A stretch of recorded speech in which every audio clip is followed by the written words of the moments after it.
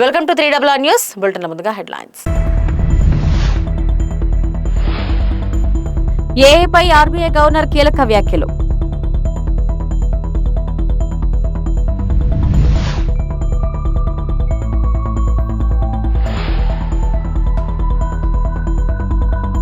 Aqua రైతులకు good news, అందరికీ విద్యుత్ సబ్సిడీ. వ్యవసాయ శాఖ మంత్రి అచ్చెన్నాయుడు.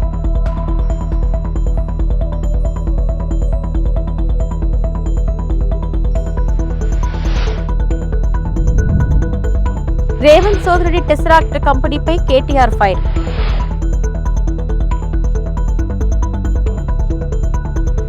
ఆర్టిఫిషియల్ ఇంటెలిజెన్స్ అంటే ఏఐ ప్రభావం ఆర్థిక రంగంపై రోజు రోజుకు పెరుగుతుంది. ఈ నేపథ్యంలో ఆర్బీఐ గవర్నర్ సంజయ్ మల్హోత్రా కీలక వ్యాఖ్యలు చేశారు. మంగళవారం జరిగిన ఫీబాక్ 2026 సదస్సులో మాట్లాడిన ఆర్బీఐ గవర్నర్ ఏఐ టెక్నాలజీ ఆర్థిక రంగాన్ని తనకు తానుగా ప్రభావితం చేసే పరిస్థితి రాకుండా భారత్ తన ఏఐ ప్రయాణాన్ని స్వయంగా నిర్దేశించుకోవాలని అన్నారు. ఏఐను స్వీకరించాలంటే కేవలం టెక్నాలజీని మార్చడం సరిపోదని, రిస్క్ ను అంచనా వేసే విధానం, కస్టమర్లకు సేవలు అందించే పద్ధతి, మూలధన ధర నిర్ణయం, సంస్థల నిర్వహణ విధానం పూర్తిగా మారాల్సి ఉంటుందని తెలిపారు. బ్యాంకింగ్ రంగంలో ఏఐను ఉపయోగించాలంటే మైండ్ సెట్ లోనే పూర్తి మార్పు రావాలని సంజయ్ మల్హోత్రా సూచించారు. ఇప్పటికే అనేక బ్యాంకులు ఏఐ ఆధారిత విధానాలను అమలు చేస్తున్నాయని, మరికొన్ని బ్యాంకులు కూడా ఈ దిశగా ఆలోచిస్తున్నాయని ఆయన తెలిపారు. ఏఐ ప్రయాణాన్ని మనమే నిర్దేశిస్తామా లేక ఏఐ మనల్ని తనకు తానుగా మార్చేస్తుందా అనేది ఇప్పుడు మన ముందున్న ప్రశ్న అని ఆర్బీఐ గవర్నర్ పేర్కొన్నారు. భారత్ లో బలమైన డిజిటల్ పబ్లిక్ ఇన్ఫ్రాస్ట్రక్చర్ ఉండటం వల్ల ఆర్టిఫిషియల్ ఇంటెలిజెన్స్ ను సమర్థవంతంగా వినియోగించుకునే ప్రత్యేక అవకాశాలు దేశానికి ఉన్నాయని సంజయ్ మల్హోత్రా వెల్లడించారు. The AI journey, or you let it shape you by default. Before I turn to the topic of this theme of this conference, AI, let me reconnect with something I had shared at this very conference last year in 2025. I had spoken about 3 priorities. You would recall Mr. Sethi did refer to some of them. And I said that our regulation making is going to be guided by 3 or 4 major priorities. 1, financial stability. రైతులకు ప్రభుత్వ కీలక నిర్ణయం తీసుకుందని వ్యవసాయ శాఖ మంత్రి అచ్చెన్నాయుడు అన్నారు. దేశ చరిత్రలోనే తొలిసారిగా రైతుల ముందే వారికి అవసరమైన జీవో నెంబర్ 57ను విడుదల చేశామని చెప్పారు. Aqua zone, non aqua zone అనే తేడా లేకుండా అర్హత ఉన్న ఆక్వా రైతులందరికీ విద్యుత్ సబ్సిడీ అందుతుందని స్పష్టం చేశారు. 2024 ఎన్నికలు కురుక్షేత్ర రణరంగాన్ని తలపించేలా జరగాయని అచ్చెన్నాయుడు వ్యాఖ్యానించారు. 5 ఏళ్ల పాటు పోరాటం చేసే విజయం సాధించిన తర్వాత సంతోషం కంటే భయమే ఎక్కువగా ఉందని చెప్పారు. అప్పటి ప్రభుత్వ ఖజానా ఖాళీగా ఉండటంతో కొద్ది రోజుల్లోనే తమ ప్రభుత్వానికి చెడ్డ పేరు వస్తుందేమోనని ఆందోళన చెందామని పేర్కొన్నారు. మళ్ళీ ఇరిగేషన్ ప్రాజెక్టులు శరవేగంతో ముందుకు తీసుకువెళ్తామని చెప్పాం. గోతులు పడినటువంటి రహదారుల్ని మళ్ళీ బాగు చేస్తామని మీ అందరికీ మాటిచ్చి అధికారంలోకి వచ్చాం. ఇవన్నీ చేయాలంటే చేతిలో డబ్బుండాలి. 2019 జూన్ 12న ఎన్డీఏ ప్రభుత్వం చంద్రబాబు నాయుడు ముఖ్యమంత్రి అయ్యేసరికి చేతిలో చిల్లి గవ్వలేదు. ఏ శాఖ చూసినా అప్పులు అప్పులు అప్పులు తప్ప ఎక్కడ కూడా డబ్బులున్న పరిస్థితి లేదు. ఉద్యోగస్తులకి 1వ తారీఖు వస్తే జీతాలు ఇవ్వలేని పరిస్థితి, రిటైర్ అయిన వారికి పెన్షన్లు కూడా ఇవ్వలేనటువంటి పరిస్థితిలో ఈ కార్యక్రమాలు ఎప్పుడు చేయగలం, ఎలా చేయగలమని భయంతో పాలన ప్రారంభించిన విషయం మీ అందరికీ గుర్తు చేస్తున్నాను. నేను ప్రతి సమావేశంలో చెప్తాను, ఆంధ్రప్రదేశ్ రాష్ట్రంలో చంద్రబాబు నాయుడు లాంటి వ్యక్తి పుట్టడం 5 కోట్ల మంది ప్రజలు చేసుకున్నటువంటి అదృష్టం ఒకటైతే, దానికి పవన్ కళ్యాణ్ గారు సహకారం, కేంద్రంలో నరేంద్ర మోడీ గారు 26 మాసాలుగా హితోధికంగా సహాయం చేస్తున్నారు. కాబట్టే ఆంధ్రప్రదేశ్ రాష్ట్రం 26 మాసాల్లో వెంటిలేటర్ నుంచి ఆక్సిజన్ తీసుకునే స్థాయికి వచ్చింది. ఇప్పుడు కూడా డబ్బులు లేవు. చాలామంది అనుకుంటారు, ఏంటి ముఖ్యమంత్రి మాట్లాడినా మంత్రులు మాట్లాడినా డబ్బులు లేవు అంటున్నారు, ఈ పథకాలన్నీ ఎలాగిస్తున్నారని చెప్పి అనుకుంటున్నారు. మనసున్న మనిషి కష్టం తెలిసిన వ్యక్తి ఇచ్చిన మాటకి కట్టుబడి చెడ్డ పేరు రాకూడదనే అహర్నిశలు కష్టపడి కార్యక్రమాలన్నీ కూడా చేస్తున్న విషయాన్ని ఒక్కసారి మీ అందరూ కూడా గుర్తుపెట్టుకోవాలి. 26 మాసాల్లో ఛాలెంజ్గా చేస్తున్నాను. ఏ రాష్ట్ర ప్రభుత్వం చేయని విధంగా మేనిఫెస్టోలో ఇచ్చినటువంటి 99% హామీలు 1-2 తప్ప మొన్నిచ్చినటువంటి రైతన్న నేస్తంతో కలిపితే అన్ని కార్యక్రమాలు అమలు చేశాం. 3000 4000 పెన్షన్, 6000 10,000 15,000 1వ తారీఖునే మీ ఇంటికి తెచ్చి పెన్షన్ ఇస్తున్నాం. అన్నదాత సుఖీభవ కింద రైతులకి 20,000 మొదటి సంవత్సరం ఇచ్చాం, 2వ సంవత్సరం ఇస్తున్నాం. చదువుకున్న పిల్లలకి తల్లికి వందనం కింద 15,000 రోజు చొప్పున మొదటి సంవత్సరం ఇచ్చి 2వ సంవత్సరం మొన్నే కూడా ఇచ్చాం. మహిళలకి బీఆర్ఎస్ నాయకుడు మన్నే శ్రీశాంత్ సీఎం రేవంత్ రెడ్డి సోదరుడు అనుమల కొండలరెడ్డికి చెందిన Tesseract advanced systems private limited company బండారం బయటపెట్టారని తెలిసిందే. ఈ నేపథ్యంలో బీఆర్ఎస్ వర్కింగ్ ప్రెసిడెంట్ కేటీఆర్ మీడియాతో మాట్లాడుతూ స్కామ్ వివరాలను కూలంకషంగా వెల్లడించారు. యనమల కొండలరెడ్డి రేవంత్ రెడ్డికి తమ్ముడు. ఆయన లింక్డ్ ఇన్ ప్రొఫైల్లో నేను టెస్రాక్ట్ అనే కంపెనీకి చైర్మన్ గా ఉన్నారని కొండలరెడ్డి స్పష్టంగా రాశారు. టెస్రాక్ట్ అడ్వాన్స్ సిస్టమ్స్ కు భూపాల్ ఇన్ఫ్రాస్ట్రక్చర్స్ కు నేను బాధ్యుడనని కొండలరెడ్డి చెప్పారు. టెస్రాక్ట్ సంస్థ ఏర్పాటు చేసిన ఏరోస్పేసెస్ అండ్ డిఫెన్స్ కంపెనీ నేను చెప్పుకొని ఏర్పాటు చేసిన ఈ కార్యక్రమానికి అమెరికా కాన్సుల్ జనరల్ కూడా హాజరయ్యారని కేటీఆర్ తెలిపారు. అన్నదానికి కొన్ని ఉదాహరణలు మీకు చూపెట్టడానికి ఇక్కడ దాకా వచ్చాం. ఇవాళ అనుముల కొండలరెడ్డి రేవంత్ రెడ్డి గారికి స్వయాన తమ్ముడు. ఆయన లింక్డ్ ఇన్ ప్రొఫైల్ ఇది. ఇందులో ఏం చెప్తున్నాడంటే నేను చైర్మన్ గా ఉన్నాను టెసరాక్ట్ అనే ఒక కంపెనీకి అని చెప్పి కొండలరెడ్డి గారు ఇలా స్పష్టంగా రాశారు. టెసరాక్ట్ అడ్వాన్స్డ్ సిస్టమ్స్ కి భూపాల్ ఇన్ఫ్రాస్ట్రక్చర్ కి నేను బాధ్యుడిని అని చెప్పి కొండలరెడ్డి గారు రాసుకున్న వారి లింక్డ్ ఇన్ ప్రొఫైల్ ఇది. అదే సంస్థ టెసరాక్ట్ అనే సంస్థ ఏర్పాటు చేసిన ఒక కార్యక్రమం ఏరోస్పేస్ అండ్ డిఫెన్స్ కంపెనీ నేను అని చెప్పుకొని ఏర్పాటు చేసిన ఈ కార్యక్రమానికి అమెరికన్ కాన్సుల్ జనరల్ కూడా అటెండ్ అయిన విషయం. తర్వాత కొండలరెడ్డి గారు ఈ మధ్య కాలంలో మరి సడన్ గా ఆయన ఏం చదువుకున్నాడో ఏం చేశాడో నాకు తెలియదు, కానీ సడన్ గా యుఎస్ ఇండియా స్ట్రాటజిక్ పార్ట్నర్షిప్ ఫోరంలో ఎగ్జిక్యూటివ్ బోర్డులో టెసరాక్ట్ చైర్మన్ గా ఆయన జాయిన్ అయ్యారు అని చెప్పేసి వారు స్వయంగా లింక్డ్ ఇన్ లో పెట్టుకున్న వ్యవహారం. US India strategic partnership forum కూడా we're delighted to welcome Shri Kondal Anumula chairman of Tesseract advance systems అని చెప్పి వాళ్ళు కూడా ఇచ్చిన ఇగో వారి స్టేట్మెంట్. ఇవన్నిటితో పాటు మరి ఎవరి టెసరాక్ట్ ఏంది కథ అని చెప్పి మేము కూడా ఆశ్చర్యపోయి సడన్ గా చదువు రాని రేవంత్ రెడ్డి బ్రదర్స్ అందరూ చదువు రాదు, పొట్టగొస్తే అక్షరం ముక్క లేదు, వీళ్ళందరూ సడన్ గా కోట్లు బూట్లు వేసుకొని మరి ఇంత పెద్ద పెద్ద కంపెనీలకు చైర్మన్లు ఎట్లా అయిపోతున్నారు, ఎవరి కంపెనీ ఏంది కంపెనీ అని తవ్వితే ఈ కంపెనీ పేరు టెసరాక్ట్ అడ్వాన్స్ సిస్టమ్స్ ప్రైవేట్ లిమిటెడ్ అట. ఈ కంపెనీ ఫోన్ నెంబర్ ఇది, వాళ్ళ వెబ్సైట్ ఇది. కంపెనీ ఎంత గొప్ప కంపెనీ అయ్యా అంటే కంపెనీ ఫోన్ నెంబర్ ఏందని చూసినాం 12345678 ఇది వాళ్ళ వెబ్సైట్. మరి ఇట్లాంటి నెంబర్లు ఉండొచ్చని మాకు తెలియదు. కొత్త సాంకేతిక పరిజ్ఞానం రేవంత్ రెడ్డి ఏమైనా కనుక్కున్నాడో అది కూడా తెలియదు. మరి కంపెనీ ఎవరు ఏంది వీళ్ళ కథ ఏంటంటే ఒక్క ఉద్యోగి లేడు, నో ఎంప్లాయీ, జీరో ఎంప్లాయీ. ఇది నేను చెప్పట్లేదు, వాళ్ళే చెప్పారు. నెంబర్ ఆఫ్ ఎంప్లాయీస్ ఇది వాళ్ళ స్టేట్మెంట్. మార్చ్ 31, 2025 నాడు ఎంతమంది ఉన్నారు ఎంప్లాయీస్ అంటే ఒక్కడు కూడా లేడు, 0. ఎక్కడుందా కంపెనీ అంటే ఊరు లేదు, పేరు లేదు, ఎక్కడో పటాన్ చెరువులో ఒక చిన్న ఇల్లు అడ్రస్ పెట్టుకున్నారు. అంటే పేడప్ క్యాపిటల్, కంపెనీ యొక్క పేడప్ క్యాపిటల్ అంటే ఒక కంపెనీ పెట్టినప్పుడు మూలధనం ఎంత, ₹1,00,000. కంపెనీ పేడప్ క్యాపిటల్ ₹1,00,000, ఎంప్లాయీ ఒక్కడు లేడు. చైర్మన్ ఎవడయ్యా అంటే అనుముల కొండలరెడ్డి. మరి దీనికి రేవంత్ రెడ్డి గారి ప్రభుత్వం ఏం కేటాయించిందో తెలుసా? 1 కాదు 2 కాదు, రేవంత్ రెడ్డి గారి ప్రభుత్వం ఇవాళ విలువైన 200 కోట్ల రూపాయల విలువైన 5 ఎకరాల భూమిని ఈ ₹1,00,000 పెయిడప్ క్యాపిటల్ ఉన్న కంపెనీకి కేటాయించి అతి పెద్ద కుంభకోణానికి పాల్పడ్డది. ఇది నర్సీపట్నం ఎన్టీఆర్ ప్రభుత్వ ఆసుపత్రిలో తల్లి బిడ్డ వాహనాలను మంగళవారం లాంఛనంగా ప్రారంభించారు.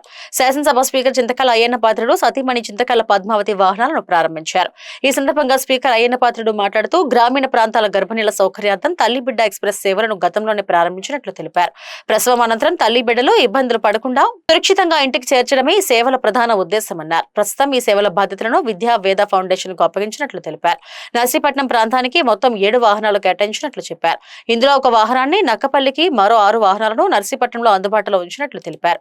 గర్భిణీలకు అవసరమైనప్పుడు 102 టోల్ ఫ్రీ నెంబర్ కు ఫోన్ చేస్తే వెంటనే వాహనం అందుబాటులోకి వస్తుందని స్పీకర్ వివరించారు. ఆశా వర్కర్లు ఈ సేవలను గర్భిణీలు విస్తృతంగా వినియోగించుకునేలా అవగాహన కల్పించాలని సూచించారు. అలాగే నర్సీపట్నం ప్రభుత్వ ఆసుపత్రిలో రక్త పరీక్షల కోసం ప్రత్యేక గదిని ఏర్పాటు చేసి వైద్య సదుపాయాలను మెరుగుపరుస్తున్నట్లు తెలిపారు. ఈ కార్యక్రమంలో ఆసుపత్రి వైద్యులు, సిబ్బంది, ఆశా వర్కర్లు, ఇతర అధికారులు పాల్గొన్నారు. అందరికీ నమస్కారం అండి. ఇవాళ నర్సీపట్నానికి మరొక శుభవార్త ఏంటంటే, ఇంతకుముందు చంద్రబాబు నాయుడు గారు గతంలో ముఖ్యమంత్రిగా ఉన్నప్పుడే ఈ తల్లి బిడ్డ ఎక్స్ప్రెస్ అని చెప్పి పెట్టడం జరిగింది. అది మీ అందరికి తెలుసు. ఈ తల్లి బిడ్డ ఎక్స్ప్రెస్ ఏంటంటే, ఎవరైనా విలేజ్ల్లో డెలివరీ టైంలో ఇబ్బంది పడితే వాళ్ళు ఇమీడియట్గా హాస్పిటల్ తీసుకురావడం కోసం చెప్పి అప్పుడు ఆ కార్యక్రమం పెట్టాం. అప్పుడు రాష్ట్రం అంతా పెట్టాం. ఇప్పుడు రాష్ట్రం అంతా పెట్టారు. అప్పుడు అరవిందో కంపెనీ వారికి ఆ కాంట్రాక్ట్ ఇచ్చారు. వాళ్ళు సరిగ్గా చేయలేకపోయారు. కొన్ని బళ్ళు మధ్యలో ఆగిపోవడం, వాళ్ళు ఫోన్ చేసినా ఇన్ టైంకి వెళ్ళకపోవడం జరిగాయి. అంతే మళ్ళీ మన గవర్నమెంట్ మనం వచ్చిన తర్వాత అరవిందో కంపెనీని క్యాన్సిల్ చేసి మళ్ళీ కొత్త కంపెనీకి ఇవ్వాలని చెప్పి ఒక నిర్ణయం తీసుకోవడం జరిగింది. దాంట్లో భాగంగా ఇప్పుడు విద్యా వేద ఫౌండేషన్ వాళ్ళు ముందుకు వచ్చారు. సరే మేము సర్వీస్ చేస్తామంటే మాకు అవకాశం ఇవ్వమని చెప్తే ముఖ్యమంత్రి గారు, కూటమి ప్రభుత్వం వీరికి ఇప్పుడు హ్యాండ్ ఓవర్ చేశారు. ఇప్పుడు వీళ్ళు వచ్చిన తర్వాత వెహికల్స్ అన్ని చూసారు. ఈ వెహికల్స్ అన్ని కూడా రాష్ట్ర వ్యాప్తంగా ప్రొవైడ్ చేస్తున్నారు. ఆల్రెడీ ప్రొవైడ్ చేసేది వేరే ఓపెన్ చేస్తున్నారు. మన నర్సీపట్నానికి మనకి ఈ ప్రాంతాన్ని అనకాపల్లి జిల్లా అనుకోండి, నర్సీపట్నం ప్రాంతానికి మనకి 7 వెహికల్స్ వచ్చాయి. ఇప్పుడు నేను ఓపెన్ చేసిన వెహికల్స్. దీంట్లో ఒకటేమో నక్కపల్లి పంపిస్తున్నాం. ఇక్కడ ఇండస్ట్రియల్గా డెవలప్ అవుతుంది కాబట్టి కొన్ని యాక్సిడెంట్లు అవ్వచ్చు, అక్కడ ఒకటి పెడితే బాగుంటుందని డిసైడ్ చేశారు. మిగతా 6 కూడా నర్సీపట్నంలోనే ఉంటాయి. దీనివల్ల ఏంటంటే ఎక్కడైనా ఎవరికైనా డెలివరీ కావాల్సినప్పుడు ఎమర్జెన్సీలో తీసుకురావడం కానీ, లేకపోతే ఇక్కడ హాస్పిటల్ చూసే డెలివరీ అయింది, ఆ పిల్లలతో సహా వ్యాన్లో ఇంటికి తీసుకెళ్ళి ఇంటి దగ్గర దింపడం, ఈ సర్వీస్ చేయడం కోసం ప్రత్యేకంగా ఈ కార్యక్రమం పెట్టడం జరిగింది. అంచేత ఈ కార్యక్రమం మంచి కార్యక్రమం కాబట్టి దీన్ని అందరూ కూడా ఉపయోగించుకోవాల్సిన అవసరం ఉంది. ఎందుకంటే ప్రెస్ వాళ్ళు కూడా ఎందుకు చెప్పినట్టు క్లియర్గా దీనికి 102 ఒక నెంబర్ ఇచ్చారు. 102కి ఏ ఊరు నుంచి ఫోన్ చేసినా సెంట్రల్ ఆఫీస్కి వెళ్తుంది. సెంట్రల్ ఆఫీస్ నుంచి ఇమీడియట్గా వ్యాన్ పంపించి ఏర్పాటు చేస్తుంది. అంతా లింక్ పెట్టారు. అంచేత ఎక్కడైనా విలేజ్లో ఇటువంటి అవసరాలు ఉన్నా ఆశా వర్కర్స్ ఎక్కువ చూస్తారు కూడా దీన్ని. ఆశా వర్కర్స్ మీ ద్వారా ఆశా వర్కర్లు అందరికీ కూడా విజ్ఞప్తి చేస్తానండి. మీరు మీ ఏరియాలో ఎవరైనా డెలివరీ సంబంధించిన విషయాలు ఉంటే, మీకు వ్యాన్ అర్జెంట్ కావాల్సి అనుకుంటే ఆశా వర్కర్లు అందరూ కూడా 108 అంతే కదండి, 108 కాదు 102కి ఫోన్ చేస్తే వెంటనే వెహికల్ వస్తుంది. ఆ పేషెంట్ ఇంటికి తీసుకెళ్ళి సురక్షితంగా దింపే అవకాశం వస్తుంది. అంటే దీన్ని అందరూ ఉపయోగించుకోవాలని చెప్పి కోరుకుంటూ ఎక్కడ పార్వతీపురం మన్యం జిల్లా కురుపాం వ్యక్తిగత విమర్శలకు పాల్పడితే ఇకపై ఊరుకునేదే లేదని మాజీ ఉప ముఖ్యమంత్రి పాముల పుష్పశ్రీవాణిని ప్రభుత్వ విప్ కురుపాం ఎమ్మెల్యే తోయక జగదీశ్వరి హెచ్చరించారు. కురుపాం కోటలో నిర్వహించిన మీడియా సమావేశంలో ఎమ్మెల్యే జగదీశ్వరి మాట్లాడుతూ గిరిజనులపై ఇష్టానుసారంగా వ్యాఖ్యలు చేస్తే తీవ్రంగా స్పందించాల్సి వస్తుందని హెచ్చరించారు. ఈ సందర్భంగా ఆమె భావోద్వేగానికి గురై కన్నీళ్లు పెట్టుకున్నారు. కూటమి ప్రభుత్వానికి అభివృద్ధి పనుల క్రెడిట్ కొట్టేయాల్సిన అవసరం లేదని అన్నారు. కురుపాం భద్రగిరి సామాజిక ఆరోగ్య కేంద్రాల నిర్మాణాలకు గత టీడీపీ ప్రభుత్వ హయాంలోనే అనుమతులు వచ్చాయని తెలిపారు. 2 సార్లు ప్రజలు అవకాశం ఇచ్చినా 2 ఆసుపత్రి భవనాలను ఎందుకు పూర్తి చేయలేకపోయారని పుష్ప శ్రీవాణిని ప్రశ్నించారు. ప్రస్తుతం నియోజకవర్గంలో 150 కోట్లతో అభివృద్ధి పనులు జరుగుతున్నాయని తెలిపారు. గిరిజనులపై ఎలాంటి చిన్నచూపు వ్యాఖ్యలు చేసినా సహించేది లేదని జగదీశ్వరి స్పష్టం చేశారు. తాను గిరిజన మహిళగా ప్రజల సమస్యలను అర్థం చేసుకుని పనిచేస్తున్నానని అన్నారు. అలాగే డిఎస్సీ అంశంపై కూడా ఆమె ప్రతిస్పందించారు. సమస్యలపై అసెంబ్లీలో చర్చకు రావాలని, వైసీపీకి చెందిన 11 మంది ఎమ్మెల్యేలను అసెంబ్లీకి పంపాలని సూచించారు. ర్యాలీలు, దీక్షల పేరుతో రాజకీయాలు చేయడం సరికాదని విమర్శించారు. డిఎస్సీ అంశంతో మంత్రి నారా లోకేష్ రాజీనామా చేయాలని డిమాండ్ చేయడం కేవలం రాజకీయ ఉనికిని కాపాడుకునేందుకని ఆరోపించారు. కూటమి ప్రభుత్వం అభివృద్ధి, సంక్షేమానికి ప్రాధాన్యత ఇస్తూ ముందుకు సాగుతుందని ప్రభుత్వ విప్ ఎమ్మెల్యే తోయక జగదీశ్వరి తెలిపారు. అంటే ఇప్పుడు ఇనాగ్రేషన్ చేసిన తర్వాత మీకు సల్పు వచ్చిందా?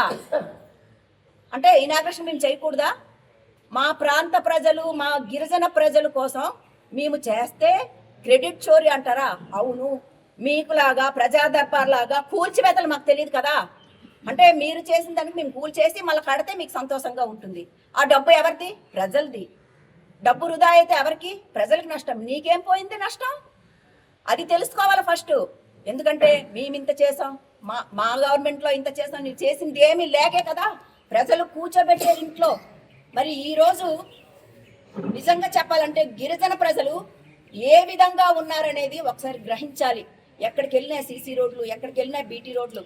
ఏంటి అచ్చెన్నాయుడు గారి మీద ఏం మాట్లాడతావు? అచ్చెన్నాయుడు గారు ఎన్నోసార్లు ఎమ్మెల్యేగా, మంత్రిగా చేసి ఎంతో పేరున్న గల వ్యక్తి పైన అసలు నీకు ఆ అర్హత ఉందా మాట్లాడడానికి? అచ్చెన్నాయుడు గారి పైన మాట్లాడడానికి నీకు ఏ అర్హత ఉంది? అంటే నోరుకి ఎంత వస్తే అంత నీకు నచ్చిన విధంగా మాట్లాడేద్దామనేసి ప్రయత్నిస్తున్నావు. అది మాత్రం మా గిరిజనులందరూ యావత్ తర్వాత ఖండిస్తారు. నువ్వు సిద్ధంగా ఉండాలి. అలాగే ఏదైతే మాకు నువ్వు 150 కోట్లు ఏం పనులు చేశారు, ఎక్కడ చేశారు? ఇప్పటికే మా నాయకులు చెప్పారు, వీరేష్ గారు చెప్పారు, చర్చకి సిద్ధంగా ఉన్నాం నిజంగా. ఎందుకంటే ఈరోజు ఒకటి నేను అడుగుతున్నాను, మీరు చేసిన పనులు ఏ పనులు కూడా లేదు. మీ జగన్మోహన్ రెడ్డి గారు వచ్చినప్పుడు కూడా గుంతలు కూడా నీ ఊర్లో కప్పించుకోలేకపోయావు. అక్కడ నుండి ఇక్కడ వరకు నేనే రోడ్డు వేసాను. ఇప్పుడు కావాలంటే చూసుకో మొత్తం. ఇప్పుడు నువ్వు తిరిగిన రోడ్డు అంతా నేనేసిన రోడ్డు. ఏం మాట్లాడుతున్నావమ్మా? ఎక్స్ఎమ్మెల్యే అయ్యి ఏ మాత్రం కూడా జ్ఞానం లేకుండా మాట్లాడి మళ్ళీ మాకు నువ్వు మాట్లాడతావా? ఇక్కడ ఉన్నటువంటి ఆధారాలు మొత్తం ఎన్ని కోట్లతో మేము చేసామనేది ఇక్కడే ఉన్నాయి. ఇవన్నీ కూడా మీ ముందర పెట్టాం. ఎందుకంటే మీకు ఒకటే మేము తెలియజేస్తున్నాం, ఇరిగేషన్లో ఒక్క పని చేశారా? ఒక రైతులకి నీరు అందించారా? అవన్నీ కూడా మేమే చేస్తున్నాం. అన్ని ప్రాజెక్టులు కూడా ప్రతిదీ. ఎందుకంటే ఇక్కడ ఉన్నటువంటి సిల్ట్ క్లియరెన్స్ అన్నీ కూడా నేనే చేయించాను. అది ఒకసారి నువ్వు చూసుకో. రోడ్డు మీద వెళ్ళేటప్పుడు అద్దాలు దించుకొని చూస్తే తెలుస్తుంది. ఇరిగేషను నీ సొంత మండలంలో కూడా జీవో నెంబరు, అంటే గతంలో మన చతుర్చర్ల విజయరామరాజు గారు జీవో నెంబర్ కోసము, అంటే జీవో 124 జీవోని వాళ్ళు లిఫ్ట్ ఇరిగేషన్ కోసం తెస్తే ఆ జీవో రద్దు చేయించావు. ఎందుకు రద్దు చేయించావు? ఎక్కడ వీళ్ళకి ఇక్కడ తెలుగుదేశం పార్టీ నాయకులకి మంచి పేరు వచ్చేస్తుంది, ఇది చేయకపోతే కాదని చెప్పేసి అన్ని క్లియరెన్స్ ఉన్నప్పటికీ అవన్నీ రద్దెలగా చేయించావు. 164 జీవోని రద్దు చేయించేసి అక్కడ రైతులకి మెడలు కోసావు. అది నువ్వు చేసిన తప్పు కాదా? మళ్ళీ ఈరోజు నువ్వు లిఫ్ట్ ఇరిగేషన్ కోసం ఇచ్చావు, నువ్వేం చేసావు అని మాట్లాడతావు. ఈరోజు మా గవర్నమెంట్లోనే లిఫ్ట్ ఇరిగేషన్ కూడా పూర్తి చేస్తాం. అలాగే పూర్ణపాడు ల్యాబేస్ కోసం మాట్లాడావు. కర్నూలులో జూనియర్ డాక్టర్లు ఆందోళన చేపట్టారు. తమకు నెలసరి రావాల్సిన స్టైఫండ్ ను పెంచాలని డిమాండ్ చేస్తూ కర్నూలు ప్రభుత్వ సర్వజన వైద్యశాలలో జూనియర్ డాక్టర్లు ఆసుపత్రిలోని అన్ని విభాగాల ఓపీలను నిలిపివేసి నిరసన తెలిపారు. ఈ సందర్భంగా అసోసియేషన్ అధ్యక్షుడు డాక్టర్ నిశాంత్ మాట్లాడుతూ రాష్ట్ర ప్రభుత్వం 3% స్టైఫండ్ పెంచడాన్ని తాము వ్యతిరేకిస్తున్నామని, తమకు 30% స్టైఫండ్ పెంచాలని డిమాండ్ చేశారు. వైద్య విద్యార్థుల సమస్యలు పరిష్కరించేంత వరకు ఆందోళన కొనసాగిస్తామని మెడికో విద్యార్థులు హెచ్చరించారు. కార్యక్రమంలో డాక్టర్ జోష్నా, పీజీ డాక్టర్లు పాల్గొన్నారు.